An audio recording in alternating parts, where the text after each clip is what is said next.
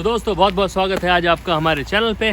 और आज के व्लॉग में हम बात करने वाले हैं इन्फ्लेशन इन जर्मनी के बारे में। तो दोस्तों आज की वीडियो बनाने के पीछे एक बहुत ही ज़रूरी मोटिव है हमारा, और वो मोटिव ये है कि आपने कई सारी वीडियोस देखी होंगी अगर आप जर्मनी आने का प्लान कर रहे हैं, और उन वीडियोस के टाइटल्स जो हैं वो हैं people are leaving Germany because of inflation, do not come to Germany and so on. So हम चाहते हैं आपसे अपना एक्सपीरियंस शेयर करें। अगर आप जर्मनी आने का प्लान कर रहे हैं तो आपको ये वीडियो काफ़ी हेल्पफुल रहेगी, तो इस वीडियो को प्लीज़ अंत तक देखिएगा। तो चलिए बात करते हैं इन्फ्लेशन के बारे में। तो अगर हमने कई सारी वेबसाइट्स चेक की हैं, उसमें मई 2021 में जो इन्फ्लेशन था जर्मनी के अंदर, दैट वाज अबाउट 2.5%, और आज की डेट में जो यहाँ पे इन्फ्लेशन है that is over 10%, and to be precise it is 10.4%। So inflation काफ़ी बढ़ चुका है, यहाँ पे चीज़ें काफ़ी महंगी हो चुकी हैं। हम यहाँ पे आए थे इस साल 2022 के मार्च में, और मार्च से अभी तक जो हमने देखा, हमने भी काफ़ी इन्फ्लेशन फील किया है। मैं आपको एग्जांपल के तौर पे 2 एग्जांपल्स देना चाहता हूँ। हमने मार्च में जब यहाँ पे हम आए थे तो हमने टमाटर खरीदे एक सुपरमार्केट से, एंड इट कॉस्टेड अस €1 पर केजी। और आज हम जब सेम ब्रांड के टमाटो सेम सुपरमार्केट में जाके खरीदते हैं, it is costing approximately €2। So almost double हो चुका है प्राइस। इसी के साथ साथ एक और एक्सपीरियंस है जो कि है कुकिंग ऑयल का।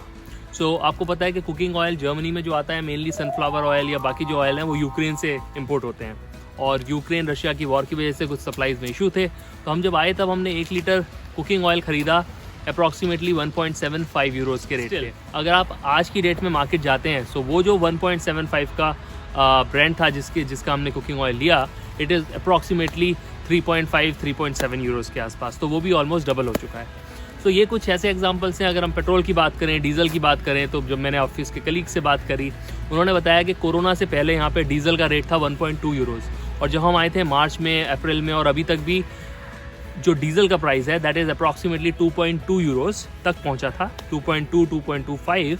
अभी वो अप्रॉक्सीमेटली 2 यूरोज़ के आसपास है। But the point is fuel भी बहुत महंगा हो चुका है। सो जैसे कि यहाँ पे विंटर आ चुकी है, तो यहाँ पे एक बहुत बड़ी कॉस्ट होती है हीटिंग कॉस्ट। तो हीटिंग कॉस्ट के लिए जो गैस यूज़ होती है वो गैस आती है रशिया से। रशिया और यूक्रेन का वॉर चल रहा है, तो रशिया और यूक्रेन की वॉर की वजह से सप्लाईज इम्पैक्टेड हैं, और बहुत सारी पाइपलाइंस यहाँ पे गैस लाइंस रशिया ने बंद कर दी हैं। कुछ जो बची हैं, जो यहाँ पे कुछ सप्लाई आ रही है, वो काफ़ी महंगे रेट पे आ रही है। इसी वजह से यहाँ पे हमारे पास अभी रिसेंटली हमारे लैंडलॉर्ड से एक लेटर आया।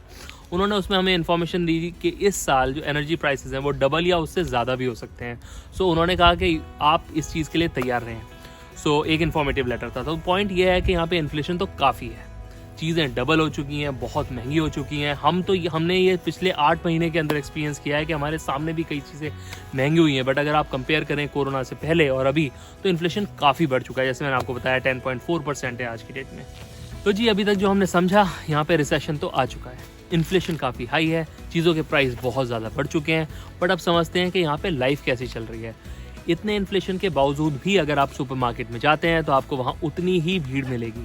अगर आप रोड्स पे जाते हैं तो आपको ट्रैफिक कम नहीं हुआ है, उतना ही ट्रैफिक है। अगर आप इस चीज़ को एग्जांपल के तौर पे समझना चाहें तो आप इंडिया का एग्जांपल ले सकते हैं, क्योंकि अभी हम 8 महीने पहले वहीं पे रहते थे। जब वहाँ पे पेट्रोल का प्राइस ₹100 पर लीटर हुआ था, तो पेट्रोल पंप्स खाली नहीं हुए थे, पेट्रोल पंप पे उतनी ही भीड़ थी। रोड्स पे ट्रैफिक कम नहीं हुआ था, लोग फिर भी अपनी गाड़ियों से जाना प्रेफर कर रहे थे।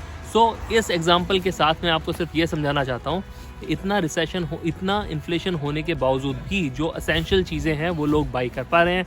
मार्केट्स खाली नहीं है, मार्केट्स वैसे ही भरे हुए हैं।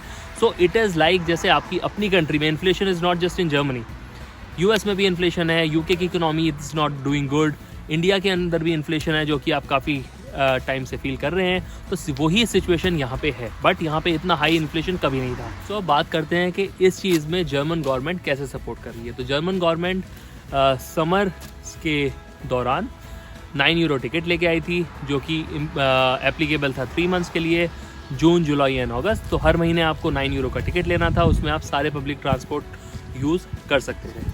हमने भी काफ़ी कुछ किया, बट आप उसमें हाई स्पीड ट्रेन नहीं ले सकते, तो आप बसेस ले सकते थे, ट्रैम्स ले सकते थे, रीजनल ट्रेन्स ले सकते थे। इसके अलावा अभी जर्मन गवर्नमेंट बात कर रही है €49 टिकट के लिए, जो कि इम्प्लीमेंट होगा अर्ली नेक्स्ट ईयर। कब से होगा ये भी क्लियर नहीं है, जनवरी से होगा या मार्च से होगा, बट अप्रूवल हो चुका है।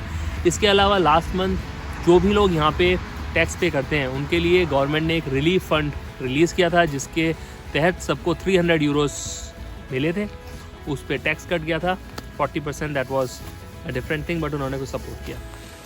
सो जी, बारिश शुरू हो चुकी है, लेकिन ये व्लॉग कंप्लीट तो करना पड़ेगा। सो इसके अलावा हम बात कर रहे थे कि जर्मन गवर्नमेंट ने काफ़ी कुछ सपोर्ट दिया यहाँ पे। उस सपोर्ट के बावजूद भी अब सवाल ये आता है कि आपको यहाँ पे आना चाहिए या नहीं आना चाहिए। तो इसके जवाब में मैं आपको सिर्फ ये कहना चाहता हूँ कि अगर आपने यहाँ पे आने का प्लान किया था तो उसके पीछे कुछ रीज़न्स होंगे, आपको कुछ अपॉर्चुनिटीज़ मिली होंगी। सो आप अगर यहाँ पे आने का प्लान कर रहे हैं, सो आप उन सारी चीज़ों को गेज करें कि ऐसा नहीं है कि यहाँ पे इन्फ्लेशन की वजह से ज़िंदगी बिल्कुल थम गई है। आप अगर एम्प्लॉयमेंट लेके आ रहे हैं तो आप एम्प्लॉयमेंट, अपने एम्प्लॉयर की फाइनेंशियल जो हेल्थ है या स्टेबिलिटी है, आप उस चीज़ को एसेस करें, कि उनसे बात करें कि आप अगर इस चीज़ को डिले कर सकते हैं या आपको इमीडिएटली ज्वाइन करना है। अगर आप स्टूडेंट हैं तो आप इस चीज़ के लिए भी ध्यान रखें कि यहाँ पे जैसे स्टूडेंट्स पार्ट टाइम जॉब करते हैं, सो उस पर भी इम्पैक्ट आ सकता है, क्योंकि बहुत सारी कंपनीज़ यहाँ पे हायरिंग फ्रीज कर चुकी हैं। और तो ये सारे इम्पैक्ट्स हैं जो कि हर किसी कंट्रीज़ के अंदर हैं, और आप इन चीज़ों का ध्यान रखें और बाकी अफवाहों पे ध्यान ना दें। Don't come to Germany, people are leaving Germany, nobody is leaving Germany. अगर आप किसी भी देश में रहते हैं, ऐसा नहीं है कि आपके पास जॉब नहीं है, आपके पास कोई अपॉर्चुनिटी नहीं है और आप अपना देश छोड़ देते हैं। ऐसा कोई नहीं छोड़ता देश, ये आपको भी पता है। सो बस आप, आज का ब्लॉग सिर्फ इतना ही था। बारिश खुद स्टार्ट हो चुकी है जैसे मैंने आपको बताया, और मेरी सिर्फ आपसे यही रिकमेंडेशन है कि आप अगर यहाँ पे आने का प्लान कर रहे हैं और आपके रीजंस स्टिल वैलिड हैं, सो आप इन सारी चीज़ों को असेस करें। दूसरी चीज़ और आखिरी चीज़ कि अपॉर्चुनिटी किसी का भी वेट नहीं करती। रिसेशन है, रिसेशन जाएगा भी, और जो रिसेशन के इम्पैक्ट्स यहाँ पे हैं वो इम्पैक्ट आपके होम कंट्री में भी हो सकते हैं। सो जी, आज के व्लॉग में इतना ही। मिलते हैं आपसे अगले व्लॉग में, तब तक के लिए बाय बाय।